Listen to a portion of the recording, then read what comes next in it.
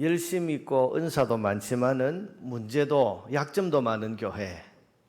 여러분, 이건 고린도 교회를 특징 짓는 그런 말입니다만은 어떤 면에서는 참 문제 많고 말썽 많은 한국 교회를 가리킨다, 그런 생각도 듭니다.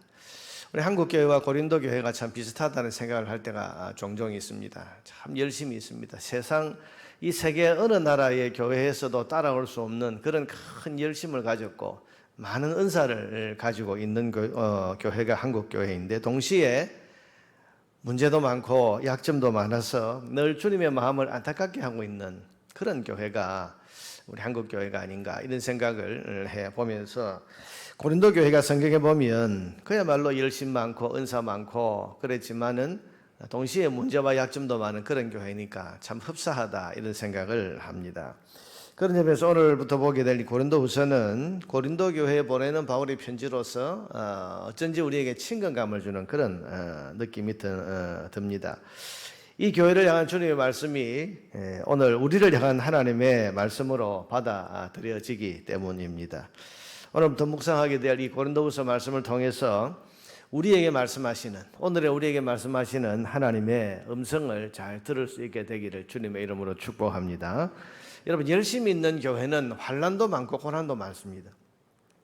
그렇게 않겠습니까? 대충 믿는다면 그다지 큰 어려움을 만날 수 없을 수도 있지만은, 확실하게 믿고 또 열심히 신앙생활을 하게 되면 이래저래 부딪히게 되고 만나게 되는 장벽들이 많기 때문입니다. 고린도 교회가 그랬고 또 열심히 있는 사도인 바울이 그랬습니다. 여러분, 사도 바울이 대충 예수를 믿고 자기 사명을 대충 그렇게 감당하는 사람이었다면 고난을 피해갈 수도 있고 적당히 타협할 수도 있었을 겁니다. 그러나 바울은 그런 사람이 아닙니다. 자기 사명에 충실하고 열심히 있고 그야말로 목숨 걸고 사명을 감당하는 사람이었기 때문에 그에게는 유달리 고난이 많습니다. 고린도후서에 보면 이 고린도후서는 고린도전서와는 좀 다르게 바울 개인의 어떤 감정 이야기가 굉장히 많이 나와 있는데, 자기가 고난당한 이야기가 여기 참 많이 나와요. 그래서 바울이 정말 참 개인적인 그런 면에서 보면 힘든 삶을 살았구나 하는 것을 우리가 알 수 있는데, 그런데 오늘 본문에서 사도 바울은 그런 고난을 겪는 성도가 기억해야 될 몇 가지 사실에 대해서 교훈을 하고 있습니다. 여러분, 고난당하는 성도가 기억해야 될 게 뭔가 여러 가지가 있겠지만 그 가운데 오늘 본문을 통해서 보면, 첫째는 고난이 넘칠수록 하나님이 주시는 위로도 넘치게 된다는 사실입니다. 5절에 보니까 그런 말씀을 하죠. 그리스도의 고난이 우리에게 넘친 것 같이 우리가 받는 위로도 그리스도로 말미암아 넘치는도다. 바울이 많은 고난을 당하면서 살아오다 보니까 내가 예수를 믿고 주님을 위해 일하는데 왜 이런 고난이 많고 이런 어려움이 많은가. 그런데 좀 지나 보니까 고난이 큰 만큼 하나님 주시는 위로도 크더라 하는 것입니다. 종종 선교사나 혹은 개척교회를 하고 있는 우리 후배 목사님들 만나서 이야기를 하다 보면 참 힘들고 어려워서 그냥 그만둘까 싶은 그런 생각이 들 때도 있지만, 그래도 이 일을 감당할 수 있는 것은 이 그만두려고 할 때마다 또 마음이 낙심될 때마다 하나님이 그때그때마다 주시는 위로가 너무 크더라는 거예요. 하나님이 주시는 위로가 크니까 그 위로 때문에 또 힘을 얻고 그 위로 때문에 용기를 얻고, 그래서 이 사명을 감당할 수 있게 되더라, 그런 고백을 종종 듣습니다. 저도 그런 경험을 해봅니다.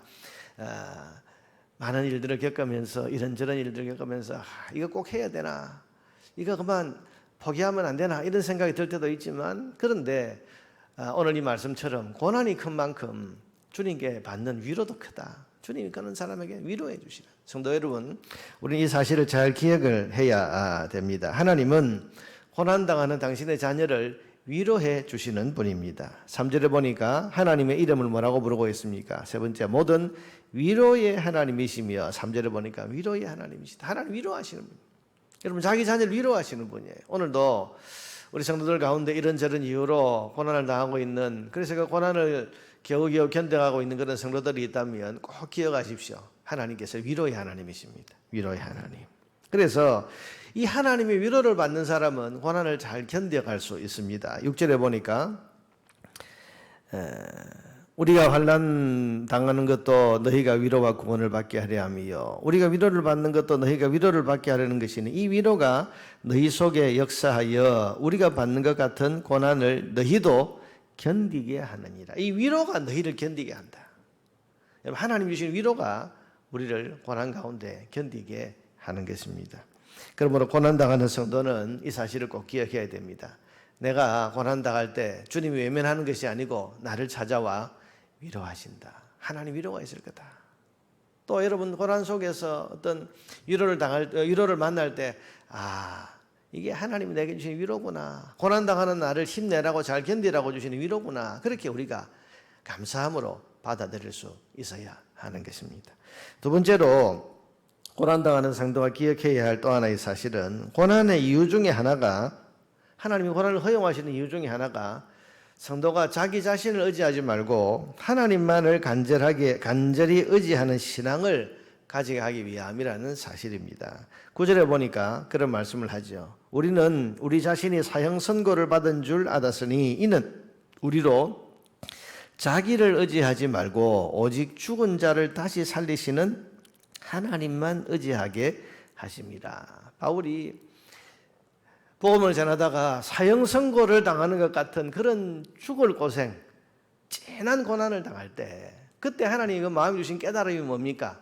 이게 네 자신을 의지하지 말고 하나님만, 죽은 자를 다시 살리시는 하나님만 의지하게 하시려고 하나님이 내게 그러시는구나. 여러분 나중에 고린도후서 뒷부분에 가면 약할 때 강함이라고 하는 그 유명한 고백을 하면서 자기에게 그런 고난이 있는 것은 환난과 궁핍과 이런 고난과 핍박 이게 있는 것은 그리스도를 의지해서 그리스도를 의지하기 위함이다. 그 고백을 하고 있지 않습니까? 여러분 하나님께서 우리에게 때로는 어려움과 감당 못할 그런 고난을 허용하시는 이유는 우리로 하여금 하나님 더 의지하게 하려 하십니다. 이게 하나님 뜻이다. 그러므로 여러분 고난 속에서 성도로 낙심하지 말고 이것이 하나님을 더 간절히 의지하고 살라고 하는 그런 하나님의 뜻이 숨어 있다고 하는 것을 기억하면서 더더욱 하나님을 의지하는 그런 삶을 살아야 됩니다. 세 번째로 고난받는 성도가 기억해야 할 것은 고난 중에 성도가 받은 하나님의 위로를 힘입어서 고난 중에 있는 다른 성도들을 위로하라는 그런 뜻이 있다는 사실을 기억해야 됩니다. 4절에 보니까 우리의 모든 환난 중에서 우리를 위로하사 우리로 하여금 하나님께 받는 위로로서 모든 환난 중에 있는 자들을 능히 위로하게 하시는 이시로다. 그러니까 바울이 고난 당하는데 하나님 위로를 주십니다. 그 위로를 주신 이유는 내가 고난 중에 하나님께 이런 위로를 받았다. 그 위로에 힘입어서 고난 당하는 다른 사람들을 내가 위로하라고 하는 하나님의 뜻이 있다는 사실입니다. 여러분 언제나 하나님이 주신 은혜에는 뜻이 있고 사명이 있습니다. 괜히 주시는 은혜는 없습니다. 단지 나만을 위해서 하나님 위로하시는 게 아니고 거기에는 목적이 있고 뜻이 있고 사명이 있습니다. 그래서 축복에는 사명이 있다 그런 말이죠. 그저 하나님 복 주셨다고 좋아할 것만이 아니고 성도는 하나님 주신 은혜와 복이 있으면 여기에 사명이 있다. 왜 주셨을까? 무엇하라고 주셨을까? 그 사명을 생각할 줄 알아야 됩니다. 특별히 고난 중에 얻게 되는 하나님의 은혜나 위로는 내가 또 다른 고난당하는 사람들을 위로하고 섬기라고 하는 하나님의 뜻과 사명에 담겨 있다는 사실을 성도는 기억해야 됩니다. 여러분 우리가 말하지 않아도 경험적으로 우리 성도들이 이미 실천을 하고 있는 걸 봅니다. 자기가 병에 걸려서 큰 어려움을 겪어서 있다가 하나님 은혜로 그렇게 회복이 된 사람은요, 성도들 가운데 또 다른 그런 병을 만나서 어려움 겪고 있는 사람들이 있으면 그분들이 찾아가서 위로해 주죠.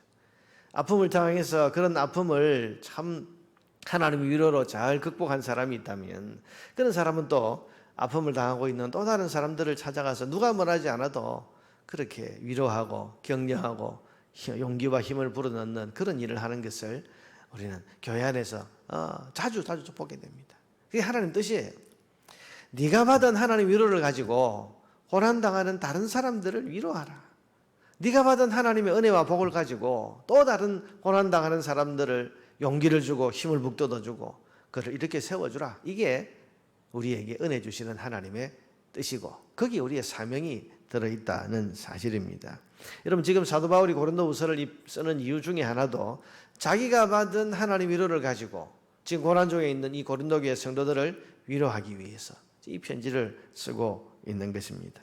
성도 여러분, 내가 고난 중에 받았던 하나님의 위로를 가지고 나는 누구를 위로할 것인지, 어떤 사람을 섬기고 돌봐야 할 것인지를 생각하고 돌아볼 줄 아는 것이 이게 그리스도인의 온전한 모습입니다. 여러분 지난 세월 동안 하나님께서 고난 중에 내게 주신 은혜가 있습니까? 그 은혜를 여러분 어떻게 하셨습니까? 오늘 아침에 오늘 이 말씀을 하나님의 음성으로 받아들이면서 네가 받은 하나님의 위로로 또 다른 사람들을 위로하고 섬기라고 하시는 이 말씀을 여러분 실천할 결심을 한번 해보십시오. 나는 오늘 누구를 위로하고 누구를 격려하고 누구를 이렇게 세울 것인가. 여러분 그럴 때 우리가 이 은혜 주신 위로를 주신 하나님의 그 은혜에 보답할 수 있게 될 것입니다. 오늘 하루도 고난 속에 담긴 하나님의 뜻을 기억하면서 우리 앞에 닥친 고난들을 잘 견디고 이기고 승리할 수 있는 주의 백성들 되기를 주의 이름으로 축원합니다.